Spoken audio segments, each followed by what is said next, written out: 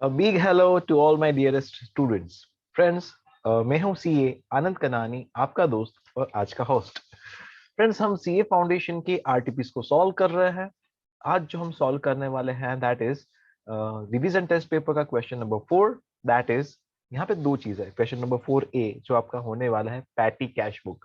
Guys, अगर आपको याद है there are 9 types of subsidiary book, उसमें से एक सब्सिडरी बुक का टाइप होता है पैटी कैश बुक, उसकी अपन यहाँ पे डिस्कशन करेंगे।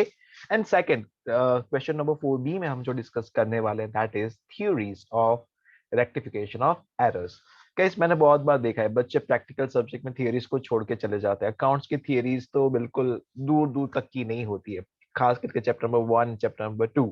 तो आज उसको अपन एलिमिनेट नहीं करेंगे। आज का अगर ये छोटा सा सेशन भी देख लिया तो भी आई गारंटी यू कि एटलीस्ट ये कंसेप्ट आपका बहुत क्लियर हो जाएगा, और एग्जाम में अगर ये क्वेश्चन गलती से भी आ गया boss, you are going to get through. Right. Accounts में हमारा टारगेट 100 और 100 होना चाहिए। मिलते हैं और मिल भी सकते हैं आराम से। राइट। अच्छे से प्रिपरेशन करने पे अकाउंट्स में फुल मार्क्स मिलते हैं। Yes, we must not forget that. We must not forget that. चलिए दोस्तों, and quickly let me take you to question number 4A. So finally, friends, here I take you to CA Foundation Revision Test Paper November-December 2021 का question number 4। Question number 4 किसके ऊपर होने वाला है मैंने बता दिया। किसके ऊपर होने वाला है क्वेश्चन नंबर 4 है, जल्दी से बता दो। Petty cash book. Can I start with that question number 4? Yes, everybody is there ready? चलिए दोस्तों, शुरू करते हैं। क्वेश्चन नंबर 4 है that is petty cash book. ठीक है ना? बहुत सिंपल सा क्वेश्चन है बेटा जी। अच्छा, कैश बुक और पैटी कैश बुक में प्राइमा फेसी फर्क क्या होता है कैश बुक में और पैटी कैश बुक में? बेटा जी, कैश बुक जो है, कैश बुक एक simple form I can tell you, cash book is a बड़ा भाई, petty cash book is a छोटा भाई। कैश बुक में सारे के सारे ट्रांजेक्शन आप रिकॉर्ड कर सकते हो, लेकिन इन दैट केस ना कैश बुक वुड बी वॉल्यूमस, बहुत ज्यादा बल्कि हो जाएगा, भारी भरकम हो जाएगा, है ना? एंड आई ऑलवेज से यहाँ पे अकाउंटेंट का जान लेने का हमारा पर्पस नहीं है। काम को डिवाइड कर सकते हैं। कैशियर जो है बेटा जी, कैशियर वो अपने अंडर में एक आदमी रख सकता है जिसको अपन बोल सकते हैं पैटी कैशियर।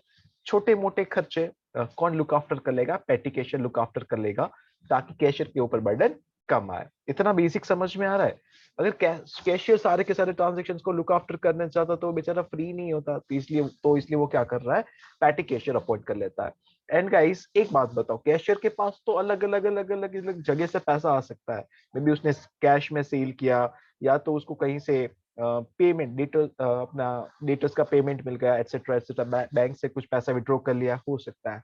लेकिन पेटी कैशियर के पास एक ही जगह से पैसा आ सकता है। कहां से आएगा? कैशियर उसको पैसा देगा। इसलिए पेटी कैश बुक में बेटा रिसिप्ट का सिर्फ एक ही कॉलम होता है, एक ही कॉलम पैसा आने का है, बाकी सारा का सारा different different columns about the expenditure. Format याद रहेगा, देखते कैसा होता है पैटी कैश बुक का फॉर्मेट। ये आपका पैटी कैश बुक का क्वेश्चन। प्रिपेयर एक पैटी कैश बुक, हमको पैटी कैश बुक बनाने बोला है। Prepare a patty cash book on the impress system from the following. ठीक है ना? चलो, June 1 received rupees 1 lakh from 4 petty cash. पहला तो 1 लाख रुपए इनिशियली हमको मिल गया। Okay. Paid taxi fare, paid cartage, paid for courier, paid for wages, ये सब हमको एक्सपेंसेस का लिस्ट दे दिया बेटा कि हमने कहाँ कहाँ पे कितना कितना खर्चा किया। ये पेमेंट कौन कर रहा है? पेटी कैशियर। गाइस, लॉजिकली क्लियर होना चाहिए। पेटी कैशियर के पास मंथ की बिगिनिंग में हमारे पास 1 लाख रुपया है, और उसमें से वो ये सब खर्चा कर रहा है। पेटी कैशियर के पास पैसा सिर्फ एक जगह से ही आ सकता है। कहां से आ सकता है? सिर्फ और सिर्फ कैशियर उसको पैसा दे सकता है। तो यहाँ पे पेटी कैश बुक का फॉर्मेट कुछ ऐसा दिखता है, जरा ध्यान से देखिए। रिसिप्ट का सिर्फ एक ही कॉलम, डेट का कॉलम है, उसके बाजू में डेट, मतलब कौन सी डेट को कितना पैसा था वो हमने लिख दिया। And thereafter voucher number. Sir, voucher number मतलब आप ना हर एक ट्रांजेक्शन जब भी आप पेमेंट करते हो तब एक वाउचर बनता है, जब भी पेमेंट करेंगे तब वाउचर बनेंगे। इसलिए यहाँ पे बैलेंस के टाइम पे वाउचर नहीं है, देखा आपने? यस, पेमेंट करोगे तब एक वाउचर बनाओगे। वाउचर एक प्रूफ होता है, एक एविडेंस होता है कि हाँ भाई ये ट्रांजेक्शन वाकई में हुआ है। दिस इज एन एविडेंस, और ये वाउचर के बेसिस पे ही आप बुक्स ऑफ अकाउंट्स में एंट्री कर सकते हो। ऑडिटर इसको कंसिडर करेगा। ठीक है ना? पर्टिकुलर्स, एंड उसके बाद टोटल का कॉलम, उसके बाद यहाँ पे जो भी एक्सपेंस क्वेश्चन में आते जाएंगे उसका कॉलम आप बनाते जाओगे। बहुत सिंपल सा होता ही है ना? देखिए, पहले तो 2021 हमने डेट देख लिया। 2021 का क्वेश्चन है हमारा। 2021 June 1 received rupees 1 lakh for petty cash. बेटा जी, पैसा आ रहा है, कहां से आ रहा है? बेटा पेटी कैशियर को पैसा कौन देता है? कैशियर देता है। सिर्फ याद आ रहा है ना? चलिए, तो 2021 जून 1 रिसिट में लिखा 1 लाख, है ना, एंड लिख दिया टू कैश। यस। अच्छा, एंट्री क्या हुआ मालूम है? Petty cash account debit to cash account. Petty cash बढ़ गया, कैश कम हो गया, कैश बैलेंस कम हो गया। बेटा समझ में आ रहा है? पैटी कैश भी हमारी एसेट ही है ना? चलिए, petty cash account debit to cash account. ठीक है भाई, 1 लाख रुपया आ गया पैटी कैश के अंदर। ये हमारा पैटी कैश बुक है। ठीक है, नाउ अभी क्या हुआ? 1 लाख आ तो गया, उसके बाद कहाँ कहाँ पे पेमेंट कर रहे हो देखते जाइए। सर जून 2 को हमने पे किया, पेड टैक्सी फेयर 2000 रुपीज का, टैक्सी का भाड़ा पे किया ना, पेमेंट किया। हाँ सर, जून 2 को। यस बेटा जी, जून डेट में लिखा जून 2, वाउचर नंबर 1, एंड क्या पे किया? टैक्सी का भाड़ा, टैक्सी फेयर। बेटा इसको बोलते हैं कन्वेंस। क्या बोलते हैं? कन्वेंस। कन्वेंस मतलब भाड़ा।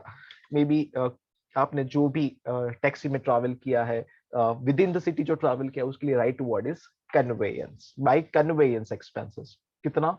2000 रुपीज टोटल की कैटेगरी में, और यहाँ पे अलग से कॉलम बन गए कन्वेंस। तो सर यहाँ पे टोटल का कॉलम भी है, मतलब कन्वेंस का अलग से बनाया। ऐसा क्यों किया? दोनों में 2000 का इको लिखा। बेटा हो नहीं, ऐसा नहीं हो सकता कि एक दिन में मैंने कन्वेंस का खर्चा भी किया और कार्टेज का भी किया, तो टोटल में हो जाएगा, मतलब दोनों का टोटल, और रिस्पेक्टिवली हम यहाँ पे कॉलम वाइज भी दिखाते जा रहे हैं। सबको समझ में आएगा? बहुत ही सिंपल है ये।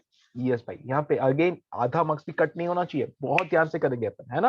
तो पहले तो 1 लाख आया, उसमें से जून 2 को हमने कन्वेंस का एक्सपेंस कर दिया 2000 रुपीज का। आगे देखते जाइए और उसकी पोस्टिंग करते जाइए, बहुत ही सिंपल होने वाला है ये तो। जून 3 पेड कार्टेज 10,000।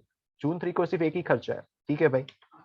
जून 3 को अगेन वाउचर नंबर 2, कार्टेज का खर्चा, तो लिखा बाई कार्टेज, एंड टोटल की कॉलम में 10,000, कार्टेज की कॉलम में 10,000। सिंपल है आगे। यस और नो बताइए ना, क्या सबको समझ में आ रहा है? अगर आपको सब समझ में आ रहा है, then do like this video and do subscribe to this channel. And हाँ, प्लीज आप कमेंट्स कीजिए, अपने फीडबैक दीजिए, एंड इस वीडियो को शेयर कीजिए। ओके, आ जाते वापस। ओके, उसके बाद हमने कार्टेज के बाद 4 तारीख को बेटा ji paid for courier. Courier charges लगे 2000, पोस्टेज एंड कुरियर जो होता है, बिल्कुल कुरियर का चार्जेस हमने यहाँ पे रिकॉर्ड कर देना है 4 तारीख को। Voucher number 3 bye courier, total की कॉलम में 2000, एंड अगेन यहाँ पे कुरियर। अच्छा मेरे पीछे have to move it aside. Yes here it is. तो भाई अच्छा, अगेन आपको शायद ये अच्छे से नहीं दिख रहा होगा, let me make it. Courier की कॉलम में मैंने डाल दिया 2000 रुपीज। ठीक है कि नहीं? समझ में आ रहा है? Okay, let me take you to the next transaction. Courier के बाद पेड वेजेस। वेजेस कितना पे किया? 2400 का वेजेस पे किया, 2400 का वेजेस पे किया। बेटा सिंपल है ना एकदम। अभी तो 5 तारीख को हमने वेजेस पे किया। 5 तारीख को बाय द वे एक और ट्रांजेक्शन भी है, ध्यान से देखोगे। हाँ सर, 5 तारीख को एक और ट्रांजेक्शन भी है, बिल्कुल। अभी समझ में आया कि हम कैसे इसको रिकॉर्डिंग करेंगे। देखो 5 तारीख को डेट में लिखा 5, वाउचर नंबर 4, एंड ये है हमारा वेजेस। 2400 का वेजेस पे किया आपने, 2400 paid wages. Yes okay. And 5 तारीख का एक और transaction, paid for stationery. Paid for क्या? स्टेशनरी। तो 5 तारीख को voucher number 5 by stationery, amount में लिखा 1600, और यहाँ पे स्टेशनरी की कॉलम में भी डाला 1600। तो सर आपने वेजिस को और स्टेशनरी को कंबाइन कर सकते हैं क्या? हाँ बेटा, वैसे यहाँ पे चाहो तो 4000 लिख देते, बट उससे प्रॉब्लम क्या होगा? फिर पर्टिकुलर्स में क्या लिखते? वेजिस के स्टेशनरी, है ना? इसलिए हो सके तो सेपरेट रखो। राइट, समझ में आया? ओके, देन स्टेशनरी के बाद आगे नेक्स्ट है जून 6 को paid for repairs to machinery, 6000 हमने पे किया। स्टेशनरी का 1600 था। ओके ओके,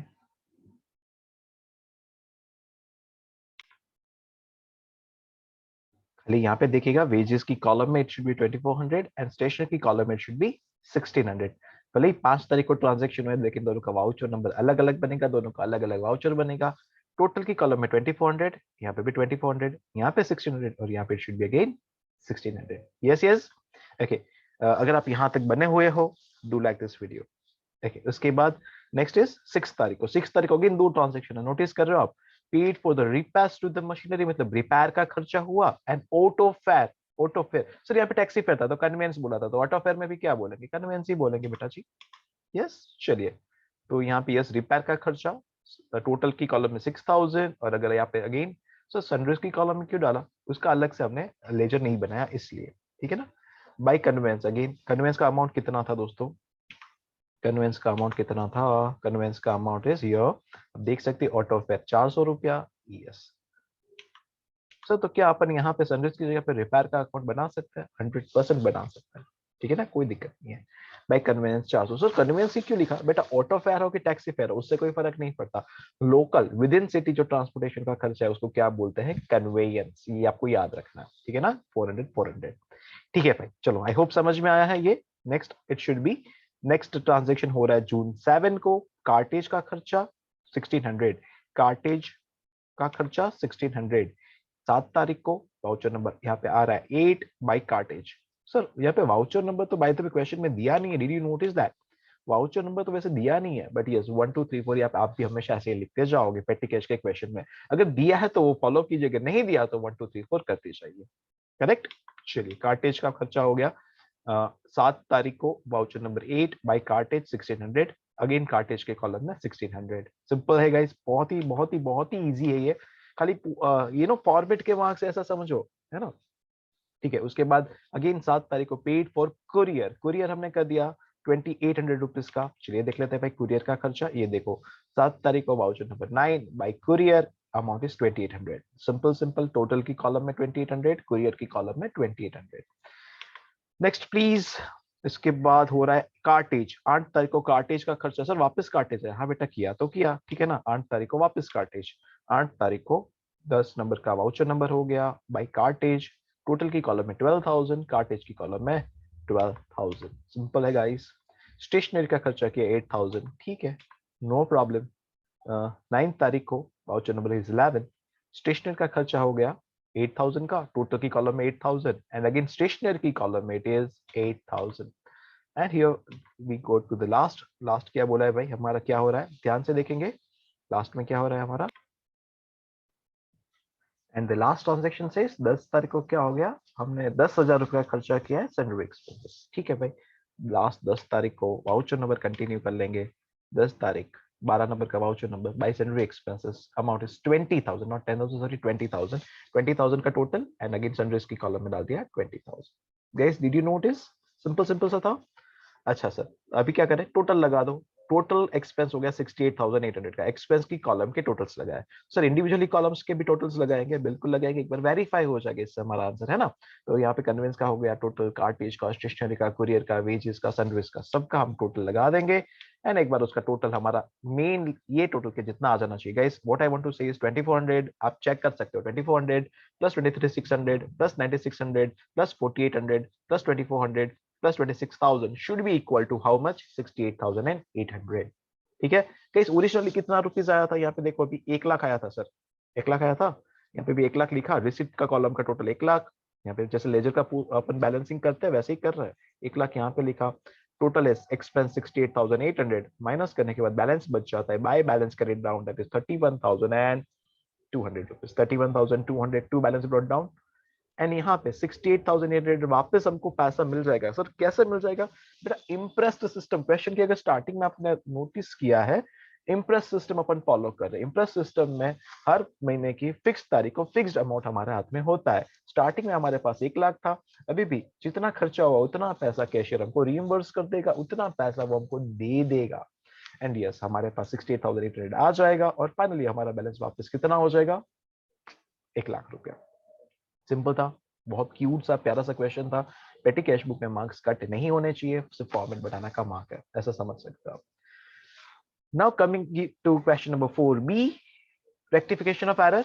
जैसे मैंने कहा नॉर्मली बच्चे छोड़ के चले जाते क्योंकि ये थियरी है। यहाँ पे प्रैक्टिकल जनरल एंट्रीज नहीं पूछे, रेक्टिफिकेशन एरर्स की थियरीज पूछे। बेटा 5 मिनट में आपको सारी की सारी मैं थियरीज करा दूंगा। मैक्सिमम 10 मिनट तक जाएगा, 5 मिनट में थियरी और बाकी के 5 मिनट में क्वेश्चन, ठीक है ना? चलिए देखते हैं क्या क्या टाइप्स है एरर्स के। बेटा पहले तो mainly there are 2 types of error. सबसे पहला होता है errors of principle, error of principle and clerical errors. 2 type के एरर है। एरर ऑफ प्रिंसिपल का मतलब सर बेटा error of principle and clerical errors, ये पहले तो मैं इन 2 पार्ट्स को बनाया, error of principle and clerical errors. Now principle में क्या होता है बेटा? अगर कैपिटल एक्सपेंडिचर को रेवेन्यू एक्सपेंस मान लिया या रेवेन्यू एक्सपेंस को कैपिटल एक्सपेंस मान लिया, सेम गोज फॉर इनकम। हाँ, कैपिटल इनकम को रेवेन्यू इनकम मान लिया, रेवेन्यू इनकम को कैपिटल इनकम मान लिया, तो भाई ये हमको समझ में आ गया this is error of principle, सिद्धांत, है ना? हमने गलत प्रिंसिपल अप्लाई कर लिया, कैपिटल मानना चाहिए था उसको रेवेन्यू मान लिया। फॉर एग्जांपल मैंने असेट परचेज किया मुझे रिकॉर्ड कहाँ पे करना चाहिए सर? बैलेंस शीट में एसेट साइड रिकॉर्ड करना चाहिए, लेकिन गलती से पीएनएल में रिकॉर्ड कर दिया। हो सकता है कि नहीं हो सकता? सोचो ना, हो सकता है कि नहीं हो सकता? बिल्कुल हो सकता है। That is error of principle. समझ में आया? क्लैरिकल एरर्स के अंदर देयर आर 3 सब errors that can be error of omission. क्या लिखा है? ओमिशन। ओमिशन मतलब सर नाम से ही समझ में आ रहा है, ट्रांजैक्शन को रिकॉर्ड करना ओमिट हो गया, छूट गया, रह गया। अगर ट्रांजैक्शन को रिकॉर्ड ही नहीं किया तो होता है error of omission.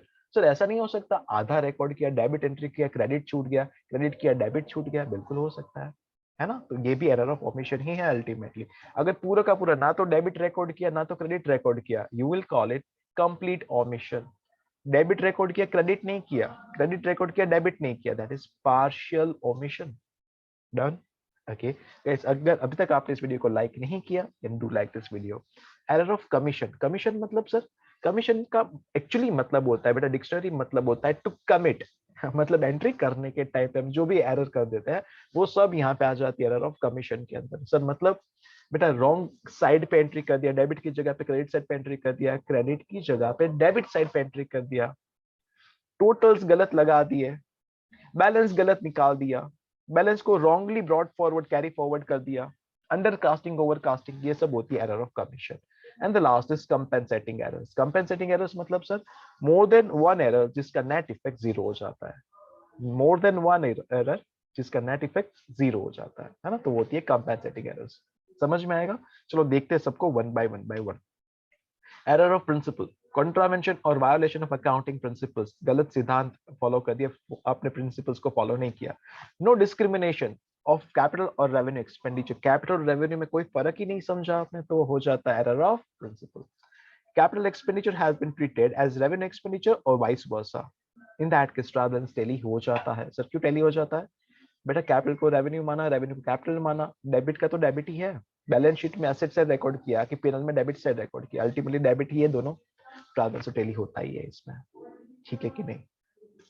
Clerical errors, error of omission. Omission मैंने बताया फुल ओमिशन भी हो सकता है या तो पार्शियल ओमिशन, ना डेबिट किया ना क्रेडिट किया, फुल ओमिशन। दोनों में से एक एंट्री पास किया, दूसरा पास नहीं किया, पार्शियल ओमिशन। समझ में आएगा दोस्तों? Is it very very clear to you guys? 100%। एक बार रीड कर लेते हैं। Omitting to post amount in the account from cash book और सब्सिडरी बुक, मतलब एक एंट्री हो गया, दूसरा रह गया, है ना? कैश बुक में आपने एंट्री किया लेकिन उसके बेसिस पे जो रिस्पेक्टिव लेजर में एंट्री होना चाहिए था वो नहीं हुआ। सिंपल है, right? And the last is compensating errors. Compensating errors क्या होती है बेटा? Two or more errors, one side of error is compensated by the other side in totality. Sir एक एग्जांपल बता दो इसका भी। Okay, small example. मैंने सैलरी पे किया 1000, मुझे क्या एंट्री पास करना चाहिए? बेटा मैं लिख के नहीं दे रहा हूँ, ध्यान से समझिएगा। सैलरी पे किया 1000, क्या एंट्री पास करना चाहिए? Salary account debit to cash 1000। पक्का है? ओके। मुझे कमीशन मिला 1000, कमीशन मिला 1000, तो सर एंट्री करना चाहिए cash account debit to commission account 1000। बेटा ना तो मैंने सैलरी के अकाउंट में एंट्री किया ना तो कमीशन के अकाउंट में एंट्री किया, मतलब सिर्फ कैश अकाउंट में एंट्री किया। एक बार कैश अकाउंट डेबिट किया जब कमीशन मिला तब, और जब सैलरी पे किया तभी कैश अकाउंट क्रेडिट किया। मतलब मोर देन वन एरर जिसका नेट इफेक्ट तो जीरो हो रहा है, ना तो सैलरी डेबिट हुआ ना तो कमीशन क्रेडिट हुआ, नेट इफेक्ट जीरो। बुक में अपेरेंटली कोई एरर दिखता नहीं है लेकिन बुक में एरर बिल्कुल है। पक्का है? तो ये हमने देखे बेसिक टाइप्स ऑफ एरर्स। और अभी आप खुद सोच समझ के मुझे जवाब दे दीजिए। अभी ये क्वेश्चन बिल्कुल आपको इजी लगना चाहिए अगर आपने यहाँ तक कंसेप्ट्स को पढ़ लिया। देखते हैं। Classify the following errors under the 3 categories. Error of omission बताइए, या तो कमीशन है कि प्रिंसिपल, आपको बताना है। ओमिशन में क्या था? एंट्री नहीं किया। कमीशन में क्या था? कोई भी ट्रांजेक्शन करने के टाइम पे जो भी रिकॉर्डिंग में मिस्टेक हुआ। एंड एरर ऑफ प्रिंसिपल में क्या था? कैपिटल को रेवेन्यू मानना या रेवेन्यू को capital. Sale of furniture credited to sales account, furniture sale किया आपने, नॉर्मल सेल मान लिया। सोचिए ना कौन सा एरर है बेटा? बेटा ये एरर ऑफ प्रिंसिपल है। ये फर्नीचर को बेचना कैपिटल रिसीट होता था, हमने रेवेन्यू रिसीट मान लिया, error of principle. Machinery sold on credit to Mohan, recorded in the journal properly but omitted to be posted। omitted to be posted बता ही दिया, omitted to be posted। एक लेजर में entry किया, दूसरे लेजर में entry नहीं किया, एक जगह पे एंट्री हुआ दूसरी जगह पे एंट्री नहीं हुआ। This is error of omission. अच्छा एक बात आप बताइए, फुल ओमिशन है कि पार्शियल ओमिशन? कमेंट बॉक्स में लिखिए, फुल ओमिशन है कि पार्शियल ओमिशन। मुझे समझ में आ जाएगा कि आप में से कितने लोगों ने इस वीडियो को बहुत अच्छे से देखा है, right? Next, goods worth rupees 5,000 purchased on credit from Ram recorded in the purchase book as rupees 500. बेटा जी goods purchase किया था 5,000 का, लेकिन गलती से रिकॉर्ड हो गया 500. लोचा है कि नहीं होचा? क्या ये एरर ऑफ ओमिशन है? नहीं बेटा, ओमिशन तो नहीं है क्योंकि एंट्री तो हुआ तो है. क्या ये एरर ऑफ प्रिंसिपल है? मतलब मशीनरी परचेस किया था, परचेस मान दिया, ऐसा कुछ है? नहीं सर. तो फिर ये एरर ऑफ कमीशन. सिंपल सा बात है. आई होप अभी आप लोगों को अच्छे से समझ में आ रहा हो. Classify the following errors under the three categories. Fourth transaction, purchase worth rupees 4,500 from Mr. X, not recorded in the subsidiary book. Sir, बिल्कुल अभी सबको समझ में आ गया होगा. This is error of omission. Entry नहीं हुआ, error of omission. Credit sale wrongly passed to the purchase book. था क्या? Sales. Recording कर दिया क्या मान के? Purchase मान के. अभी बताइए ना क्या है? क्या ये बैलेंस शीट में जाना चाहिए था, पीएनएल में आ गया? ऐसा है? नहीं सर, पीएनएल में आना चाहिए था. पीएनएल ट्रेडिंग पीएनएल में आना चाहिए था. ट्रेडिंग पीएनएल में ही है अल्टीमेटली तो वैसे. तो ये है बेटा एरर ऑफ कमीशन. ठीक है. Do like this videos and do share it with your friends and thank you so much for watching.